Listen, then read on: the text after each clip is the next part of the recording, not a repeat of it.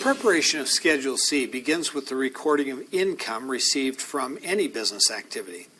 All revenue and gross receipts received by the sole proprietor or single member LLC should be accounted for in the first part of Schedule C.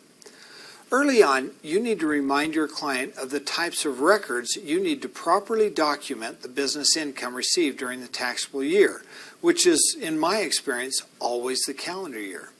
If your client has maintained accurate books during the year, you may only need to receive a copy of the income statement for the year. You can then transfer the revenue totals to the first part of Schedule C.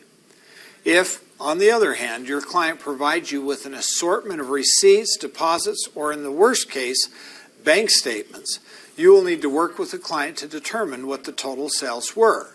This can be time-consuming and flawed because you're asking the client to remember the source of transactions that occurred months and maybe even a year earlier.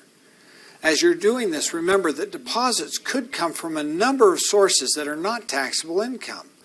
Owner investments, loans, and sales tax may be included in the deposits, but are not sales, and these will need to be separated to get a good picture of what the sales from the business activity were.